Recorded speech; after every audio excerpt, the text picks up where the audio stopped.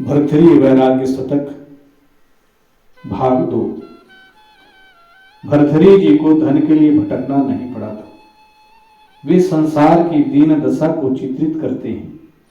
वे अपने ऊपर उतार कर प्रथम पुरुष की क्रिया के रूप में कहते हैं, खोदत डोलियो भूमि गड़ी हूं ना पाई संपत्ति, धौकत रहो पखान कनक के लोभ लगी मति, गए सिंधु के पास तहां मुक्ता हूं न पायो, कौड़ी कर नहीं लगी मृत्यु को शीस नवायो, साधे प्रयोग शमशान में भूत प्रेत बैताल सजे, कतहूं वांछित ना भयो अब तो तृष्णा मोहित जी, खोदत डोलियो भूमि गढ़हु ना पाई संपत्ति। मैं जगह जगह जमीन को खोदता रहा, कहीं धन मिल जाए तो मेरे दादे पुरखे का गाड़ा हुआ हो। घर में कई कोठरियां खोद डाली और बाहर भी जहां अनुमान लगा खोद डाल, लेकिन धन नहीं मिला। धोकत रहो पखान कनक के लोभ लगे मति, पत्थर को फूंकता रहा कि कहीं उसमें सोना मिल जाए। गए सिंधु के पास तहां मुक्ता हूं न पायो, समुद्र के पास गया, उसमें डुबकी लगाई कि मोती मिल जाए, लेकिन वहां मोती भी ना मिला। कौड़ी कर नहीं लगी निपन को शीस नवायूं, राजाओं के पास गया, ही करता रहा, लेकिन राजाओं ने भी एक कौड़ी नहीं दी। साधे प्रयोग शमशान में भूत प्रेत बैताल सजी, शमशान में गया जहां भूत प्रेत बैताल माना जाता है, उनको सिद्ध करने की चेष्टा की कि वे हमें धन दे। भटको देश विदेश तहां फल कछु न पायो, निज कुल को अभिमान छोड़ सेवा चित लायो, सही गारी हो खीज हाथ झारत घर आयो, दूर करत हूं दौर स्वान जिमि पर गृह खायो, यही भांति नचायो मोहि तै बहकायो, दय लोभ तल अजहू ना संतोष कछु तृष्णा तू पापिन प्रबल। यहां भी भर्तृहरि जी उसी ढंग से कहते हैं। वे संसार की तृष्णा लोगों का चित्रण करते हैं। कहने वाला कहता है कि मैं देश विदेश में भटका, लेकिन कुछ फल ना मिला। पैसे के लिए, धन के लिए देश विदेश भटकता रहा। निज कुल को अभिमान छोड़ सेवा चित लायो, अपने कुल का अभिमान छोड़ दिया और नीचों की मैंने सेवा की। कितने धनवान हैं, वे धन से ऊंचे लगते हैं, लेकिन स्वभाव से बड़े नीच होते हैं। महाकुकर्मी, महालंपट, महादुराचारी, उनकी सेवा मैंने की। सही गारी वो खींच हाथ झारत घर आयो, उनके क्रोध और कटु वचन सहा, उसके बाद भी मैं लौटा तो हाथ झाड़ते हुए ही। दूर करत हूं दौर स्वान जिमि पर गृह खायो, ऐसे धनवान लोग मुझे दूर दूर करते रहे, लेकिन जैसे कुत्ते खदेड़े जाने पर भी फिर दौड़ दौड़ कर घरों में जाते हैं, वैसे मैं धनवानों के पास जाता रहा। यही भांति नचायो मोहिते बहकायो दय लोभ तल, इस प्रकार ए तृष्णा तूने लोभ दे देकर मुझे भटकाया। अजहू न संतोष कछु तृष्णा तू पापिन प्रबल, ऐ तृष्णा तू महापापिन है, आज भी तुझे संतोष नहीं हो रहा है। फिर राजा भर्तृहरि कहते हैं, सहे खलन के बहन इते पर तिनहि रिझाए, नयनन को जल रोक शून्य मन मुख मुस्काए, देत नहीं कछु चित तो कर जोर दिखाए, कर कर चाऊ करोर भोर ही दौरत आए। सुन आस प्यास तेरी प्रबल तो अति अद्भुत गति रहत। रही भांति नचायो मुहि अब और का करिबो चाहत। मैंने दुष्टों के वचनों को सहा, लेकिन उनको रिझाने के चक्कर में लगा रहा।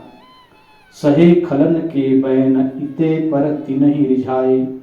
उन दुष्टों के कटु वचन सहे।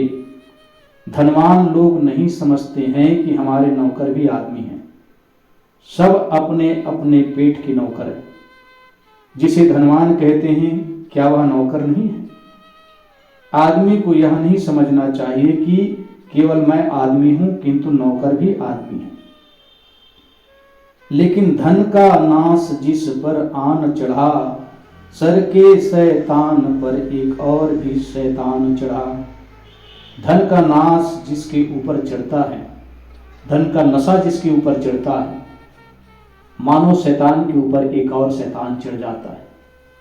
धन ही क्या, विद्या का नशा, उजापा का नशा, साधु महंत होने का नशा, विद्वान होने का नशा, ऊंचे पदाधिकारी होने का नशा। नशा ही क्या जो भुला न दे। 4 कौड़ी बटोर लिए, थोड़ा कूड़ा कबाड़ इकट्ठा हो गया। फिर अपने को धनी कहलाने लगे। फिर ना जबान स्थिर है, ना आचरण स्थिर है। इन धनिक दुष्टों के मैंने कटु वचन सहे। रात दिन उन्हें रिझाने के चक्कर में पड़ा रहा। नैनन को जल रोक शून्य मन मुख मुस्काए। उनकी बातों को सुनकर आंखों से आंसू आ गए, किंतु उन्हें रोक कर शून्य मन से मुस्करा दिया। कितना बढ़िया कथन है। मुस्कुराए का मन कहाँ हो सकता है? मुस्कुराने का मन कहाँ हो सकता है? जहां गाली मार मिलती हो, लेकिन ऊपर से मुस्कुरा दिया। देत नहीं कछुचित तऊ कर जोर दिखाए। कुछ भी वे नहीं दे रहे हैं, फिर भी मैं बारंबार उनके सामने हाथ जोड़ता हूं। कर कर चाऊ करोड़ भोर ही दौरत आए। करोड़ों आशा रखकर मैं उन दुष्टों के पास सुबह सुबह पहुंचा। सुन आस प्यास तेरी प्रबल तू अति अद्भुत गति रहत। ऐसे आशा तेरी प्यास बड़ी प्रबल है, बड़ा अद्भुत है। इस प्रकार तूने मुझे आज तक नचाया। अब क्या करना चाहती है? अब और कहा करीबो चहत। फिर कहते हैं, उदय अस्त रवि होत आयु को छिन करत नित। गृह धंधे के माही समय बीतत अजान चित। आँखिन देखत जन्म जरायरु विपत्ति मरण नित। तौ डरत नहीं ने कुसंग कहूँ करत ना कछुचित। जग जीव मोह मदिरा पिए छाके फिरत प्रमाद में। गिर परत उठत फिरत फिरत गिरत विषय वासना स्वाद में। उदय अस्त रवि होत आयु को छिन्न करत नित। सूरज उदय होता है और अस्त होता है और हमारी आयु को निरंतर छीन करता है। हम समझते हैं कि हम बढ़ रहे हैं, हम इतनी उम्र के हो गए। लोग बच्चे का जन्म दिवस मनाते हैं, वर्षगांठ मनाते हैं।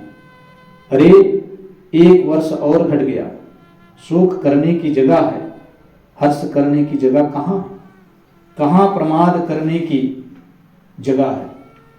कहाँ भूल रहे हो? सुबह होती है, शाम होती है, उम्र यूं ही तमाम होती है। गृह धंधे के माही समय बीतत अजान चित। घर के धंधे में पड़कर अजान चित्त वो समय बीतता चला जा रहा है। बस वही शौच, स्नान, खाना पीना, काम धंधा, व्यापार बट्टा, खेती बाड़ी, नौकरी चाकरी, राग द्वेष, हानि लाभ, पत्नी बच्चे, माता पिता, भाई बिरादर, राग द्वेष, पड़ोसी के राग द्वेष, इसी में चित्त निरंतर घूम रहा है। जीवन का फल क्या मिलता है? अज्ञानी बनकर सुबह से नित्य क्रिया और घर के धंधे में समय बीत रहा है। आँखिन देखत जन्म जराय रूप विपत्ति मरण नित। तुम आंखों से देख रहे हो, जन्म हो रहा है और धीरे धीरे उम्र बीत रहा है। जरा अवस्था आ जाती है, बीच बीच में विपत्तियां आती हैं। प्रिय का वियोग, अप्रिय का संयोग, असाध्य व्याधि, धन की भारी हानि, ये सब विपत्तियां आती हैं और अंत में मरण अवस्था आ जाती है। ये सब आंखों से तुम देख रहे हो। तो डरत नहीं ने कुसंग कहूं करत ना कछुचित। इतने पर भी तुम डर नहीं रहे हो। विषय वासनाओं से, संसारिक माया मोह से तुम डरते नहीं हो। इसी में फंस फंस कर सारा दुख है और फिर इसी में चिपक रहे हो। थोड़ी भी चिंता नहीं करते हो कि तुम किधर जा रहे हो, क्या कर रहे हो, कि मैं कौन हूं, इस जगत में मैं क्यों आया। जग जीव मोह मदिरा पे छाके फिरत प्रमाद में। जग के सारे जीव मोह की मदिरा पी रहे हैं और उसके प्रमाद में छक कर घूम रहे हैं। गिरत परत उठत फिरत फिर, गिरत विषय वासना स्वाद में। वे गिरते हैं, उठते हैं और जीवन भर ऐसे उठते गिरते रहते हैं और विषय वासना स्वाद में पड़े रहते हैं। रोते हैं, धोते हैं, फिर वही काम करते हैं। 100 जूता खाए तमाशा घुस के देखे। 100 जूता खाते हैं लेकिन घुस कर तमाशा देखते हैं। जिनसे सारी दुर्गति सहते हैं, उन्हीं भोगों के राग द्वेष में मन पड़ा रहता है। फटियो पुरानो चीरता ही खेचते अरु फारत। छोटे छोटे बाल दुख ही दुख पुकारत। घर माही नहीं अन्न नारही निर्दय आते। भई महाजड़ रूप करत मुख सो नहीं बाते। यह दशा देखी अखरत चित, जीव थर थरत क्रूकत मुख। अपने गुजरे या उदर हित देह, कहे को सतपुरुष। गरीब घर है, गृहिणी के कपड़े फटे पुराने हैं, घर में अन्न नहीं है, वह बच्चों को क्या दे। बच्चे पुराने और फटे कपड़े को पकड़ कर खींचते हैं कि माता भूख लगी है, भूख लगी है। छोटे छोटे बाल दुख ही दुख पुकारत। जिनको दिन में कई कई बार खाने को चाहिए, उनको एक बार भी पेट भर रोटी नहीं मिलती है। वे दुख दुख पुकार रहे हैं। घर माँ ही नहीं अन्न नारी हो निर्दय आते। घर में अन्न ना होने से गृहिणी निर्दय हो गई। भई महा जड़ रूप करत मुख सो नहीं बाती। वह जड़ रूप हो गई है और मुख से बात भी नहीं कर रही। यह दशा देखी अखरत चित, जीव थर थर रुकत मुख। ऐसी दशा देखकर बहुत दुख होता है, चित्त में बहुत अखरता है और किसी से मांगने की इच्छा होती है, लेकिन मुख रुक जाता है कि कैसे मांगो, अगला आदमी देगा कि नहीं। केवल अपने पेट के लिए आदमी नहीं मांगेगा। इतने घन चक्कर में पड़ा है, इसलिए वह बाल बच्चों के लिए परेशान है। अपने पेट के लिए भी मांगना पड़ता है। कैसी दयनीय दशा है। गरीबों को चित्रण यहाँ भर्तृहरि जी ने कैसा सजीव वर्णन किया है, सोचते ही बनता है।